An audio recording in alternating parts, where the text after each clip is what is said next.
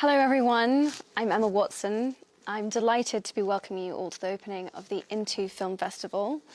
It's an honour to be joined by Malala Yousafzai. Hello Malala. Hello. First, I just wanted to say how wonderful I thought the film was and that you're just my absolute hero, so this is... It's my great honour to see you as well. Oh, so excited. That's really kind, thank you. I think the best part of the film for me was that you got to see what obviously made you so extraordinary, but more importantly, ordinary, which shows that anyone can encourage change, and I just thought that was a wonderful message from the film.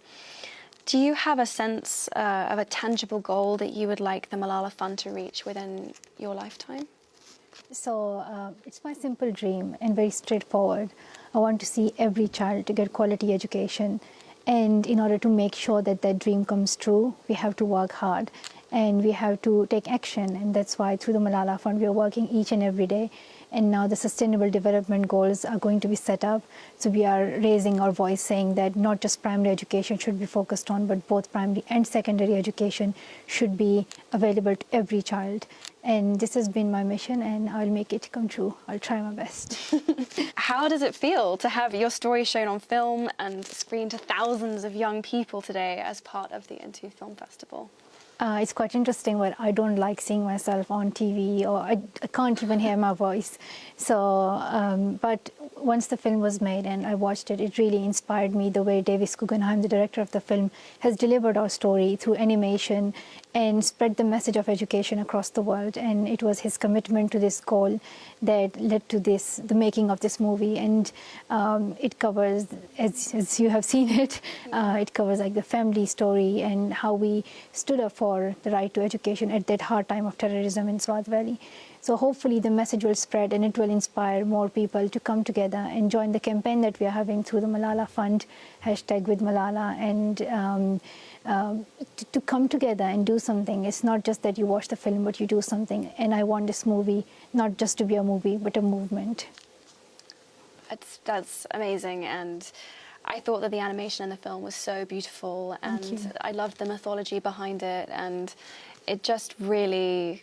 It was so beautifully done and so well told, and I completely agree with you. I think it's great that people are watching the film and it's wonderful, but it's great that you want people to really do something and take action as well, and that this is about a movement, not just a film. I think it's amazing that it's going so far beyond that. A part of the film that really touched me was how big of a role, you know, your father has played in your life and in the film. How would you respond to anyone who said that, you know, men can't be feminists or shouldn't be campaigning for girls' rights? Well, my father, he has set an example to all parents and all men, that if we want equality, if we want equal rights for women, then men have to step forward.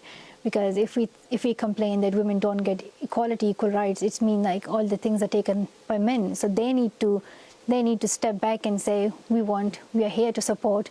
So it can't happen that men are just thinking it's just a few women's job who are crazy feminists and they're going to change it and things are going to be changed soon. It's not going to happen like this. We all have to work together. That's how change will come.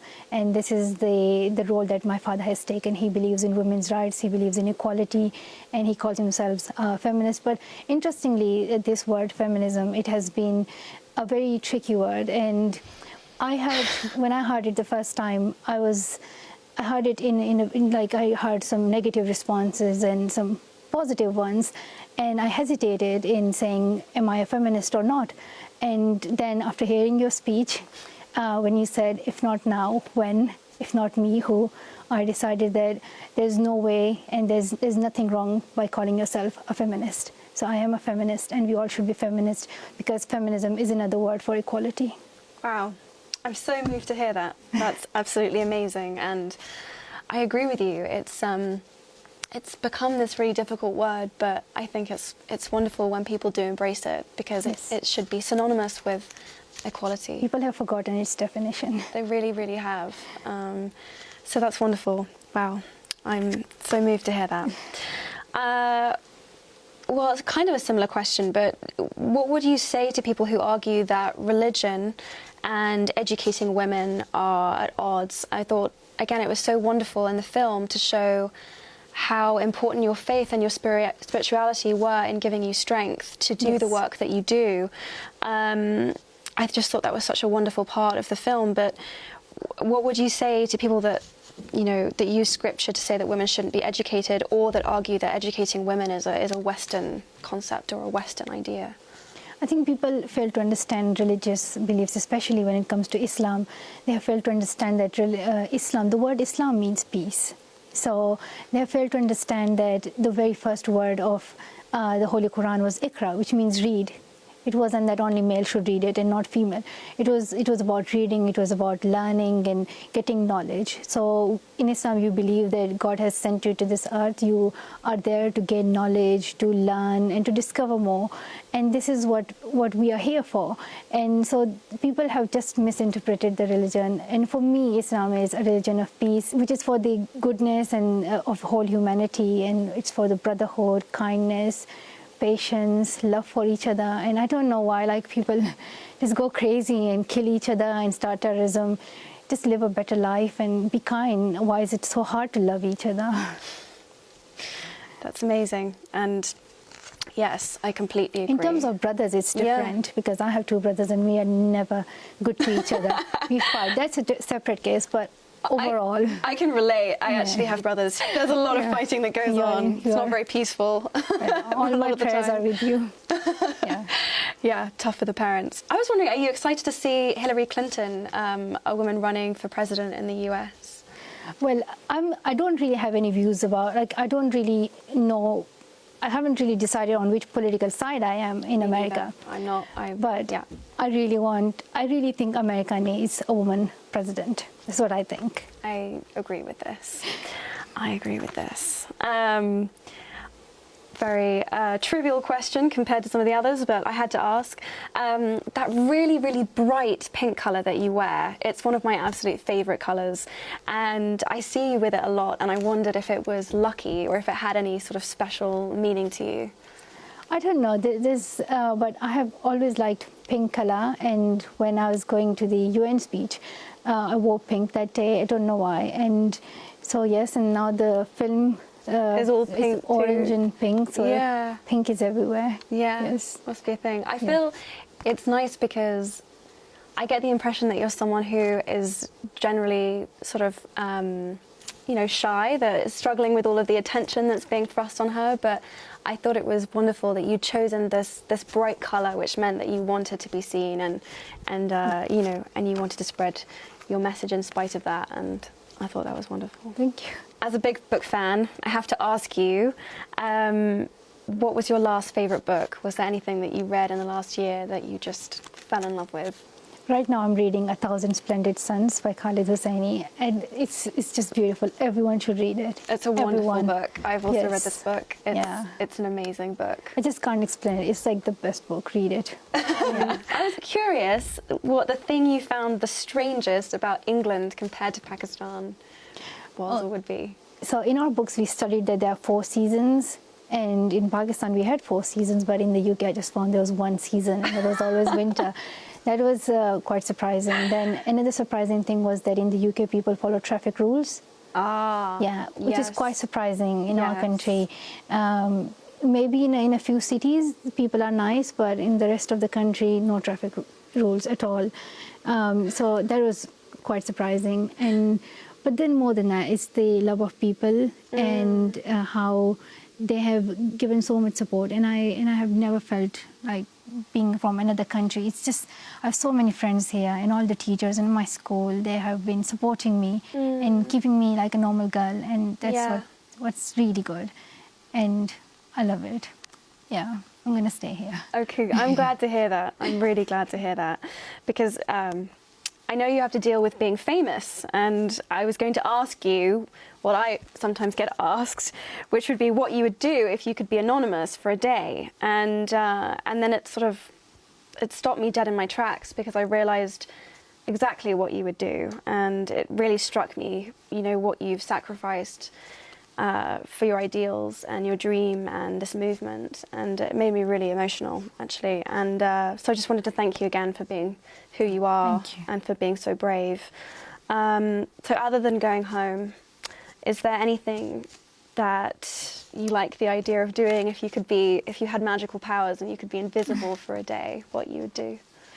Well, I haven't gone back to Pakistan for 3 years since the attack, and I would love to go back to my country. And it's just to achieve the goal I have, because sometimes people feel like I've got the Nobel Peace Prize and the book and the film they are released, and like there's nothing else that I need. But people fail to understand that my goal, which is to see every child going to school, hasn't been achieved yet, and that's what I want to see come true. And it's really important that we come together and we support each other. This is about the future of all those 66 million girls who cannot go to school right now. It's about our future. It's going to affect every one of us. If so many children are out of school, they don't get education, and they have, girls especially, they have potential, they can contribute to society. If you are stopping half of the population not to come forward, how can you think of progress and achievements? So it's important that we think it's our responsibility to participate actively in bringing change. It's we who can bring change. 66 million girls is such a huge number. It's such a massive number to think about that can't go to school at the moment.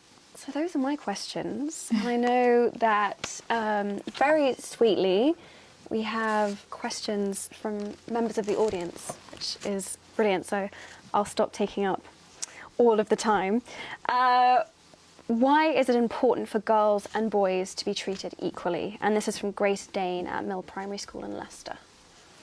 I think it's that to treat everyone as a human being, and just because your gender is different does not mean that you should be treated differently and you should have certain jobs and you shouldn't have certain things in your life. That's like you challenge that very concept of inequality based on your gender. Your gender should not be it should not create any difficulty in the choices that you make. It's a very simple thing, like it's about equality, it's about feminism, it's about saying that we're all human beings. Why you separate us just because our gender is different? Absolutely agree. Which of your teachers inspired you the most? And this is from Delano in Manchester. I should say, like, my father was a teacher and he inspired me.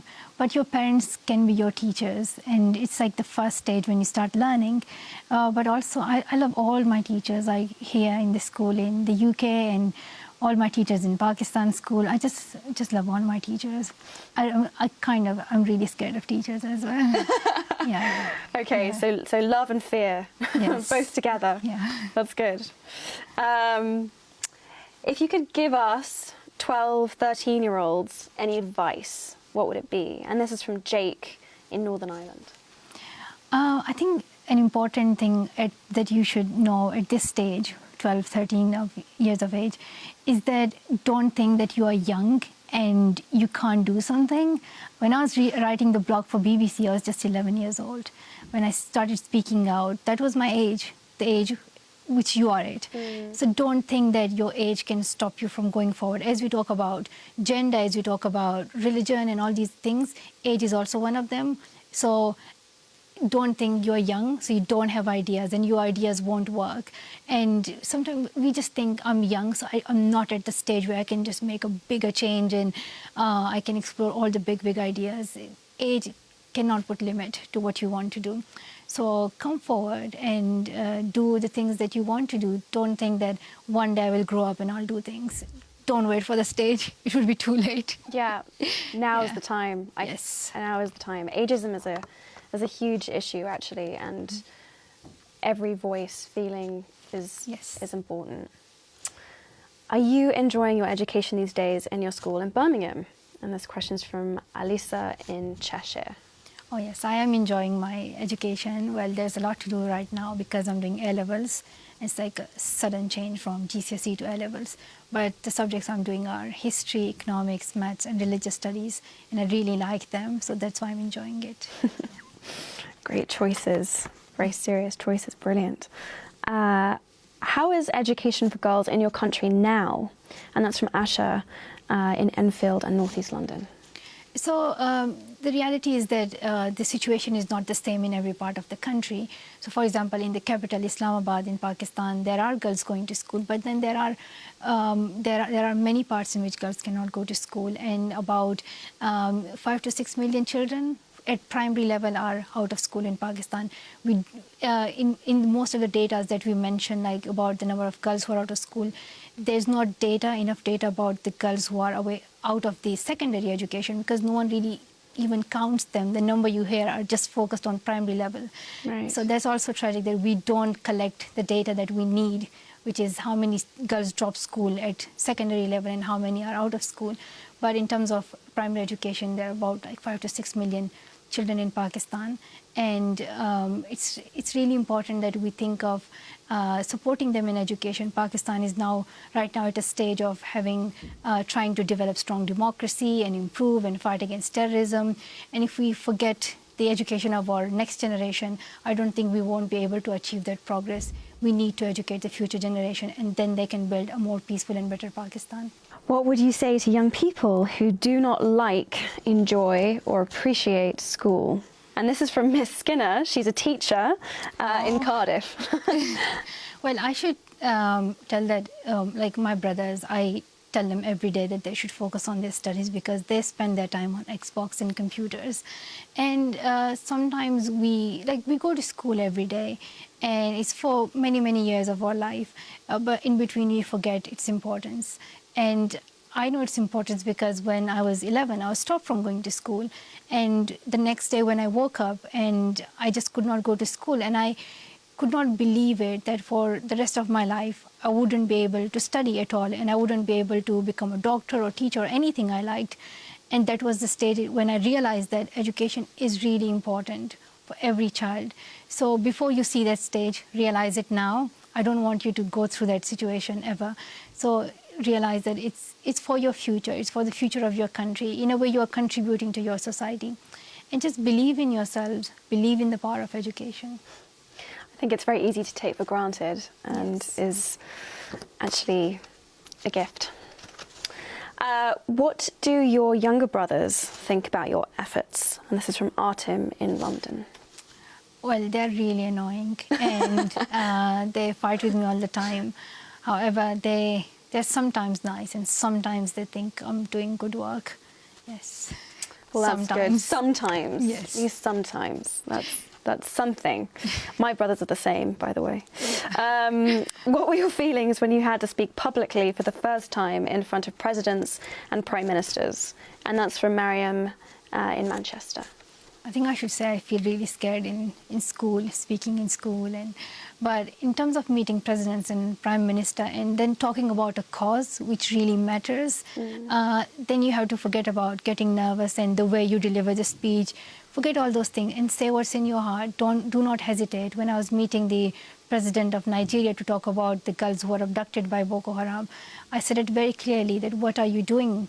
What have you done so far? Because 3 months had passed and the president had not even met them. And then he announced that he will meet the parents. So you say it clearly. Why to hesitate? Why to stop yourself?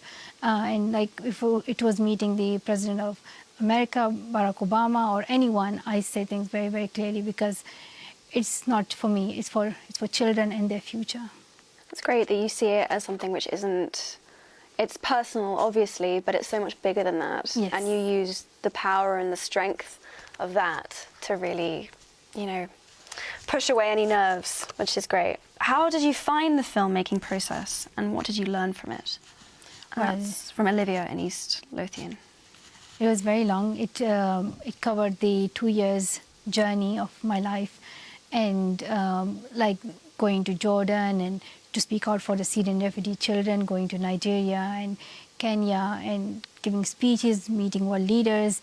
It also tells the story of our family. So it was a great experience working together with Davis Guggenheim, but at the end I didn't know what am I going to see at the end. And the way that he made it was very beautiful, especially the animation. Because I was wondering how is he going to tell the story of my father, my mother, and our past. And he has done it very well. What do you plan to do next to further promote equality? And that's from Mavis in Middlesex. Well, it's so as I said, I have this fund, the Malala Fund, and through that I'm working for education, for equality, and to ensure that girls go to school. But like, how many schools can I build? I can either build 9, 10 schools, and it's all through your support, through your donations that we build schools. But then we need our leaders to take action. We need every one of us to come forward. It's not just a few NGOs who have to do this work. It's each and every one of us who have to come forward and contribute to it, from world leaders to parents to civil society to everyone, even to you. Even if you are 11 or 12, don't think you can't do it. You all have to come forward and participate in it. And now it's time that we ask our governments where the money is spent.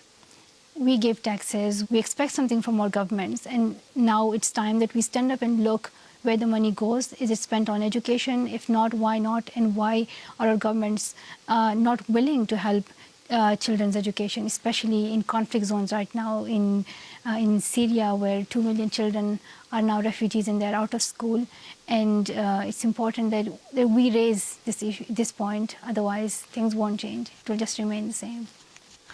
Voices are important, speaking out and asking governments to do the right thing. Super, super, super important. Well, we've got through all of the questions that we've been sent, which is brilliant. So maybe I will take this moment just to say thank you again. The film is so wonderful, and your story is beyond inspiring. And thank you for your time, and it's great to have you. And I think it would be great if you give a message to all these children who are listening to us right now, because you also stand for a cause that is very important. We want equality, and there would be so many boys in the audience. Yes. Yeah. Boys in the audience, specifically. I work for a cause called He for She. If you haven't signed up yet, then that would be wonderful. But we really need you as the next generation to extend a hand to the girls and the women in your life, and to include them, and to make sure that they can live their lives without discrimination, and that they have access to the same opportunities that you do. And you're in a unique position. You have a unique opportunity to do that, to support the girls and the women in your life. And if you have the chance, if moments are presented to you, do speak up, do raise your voice. Your support could literally change a girl's life, could change someone's life. And you know, gender equality is something that will affect your life too, as men and as boys. And it's just an issue that I believe about so passionately, and any of your help or support is greatly, greatly appreciated. And thank you so much. Thank you. Thank you, Malala. Well, thank you. Thank you. Nice to talk to you.